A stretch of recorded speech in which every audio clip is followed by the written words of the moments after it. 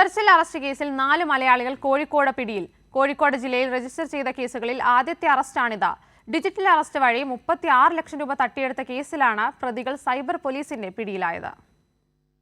72-കാരിയായ കോഴിക്കോട് സ്വദേശിയുടെ bank account Aadhaar വിവരങ്ങൾ ശേഖരിച്ചാണ് തട്ടിപ്പ് നടന്നത്. ഇവരുടെ ആധാർ കാർഡ് തട്ടിയെടുത്ത് ആരോ മുംബൈ കനറ ബാങ്കിൽ അക്കൗണ്ട് തുടങ്ങിയെന്നും ഇതുവഴി നരേഷ് ഗോയൽ എന്നയാളുടെ പേരിൽ 4 കോടിയുടെ കള്ളപ്പണം ഇടപാട് നടന്നുവെന്നും വിശ്വസിപ്പിച്ചായിരുന്നു ഡിജിറ്റൽ അറസ്റ്റ്. മുംബൈ കൊളാബെ പോലീസിന്റെ പേര് പറഞ്ഞാണ് 4-അംഗ സംഘം പരാതിക്കാരിയെ ഭീഷണിപ്പെടുത്തി പണം തട്ടിയത്. കോഴിക്കോട് പറവപ്പടി സ്വദേശി ഹരിപ്രസാദ്, കല്ലായി സ്വദേശി ഫാസിൽ, അത്താണിക്കൽ KV ഷിഹാബ്, മലാപ്പറമ്പ് സ്വദേശി റബിൻ എന്നിവരെ കോഴിക്കോട് സൈബർ പോലീസാണ് അറസ്റ്റ് ചെയ്തത്.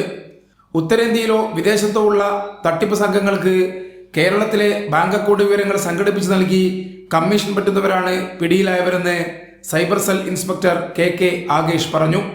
ഇത്തരം സൈബർ ഫ്രോഡുകളിൽ ഫസ്റ്റ് ലെയർ അക്കൗണ്ടുകൾ സാധാരണ കേരളത്തിൽ വളരെ കുറവാണ്.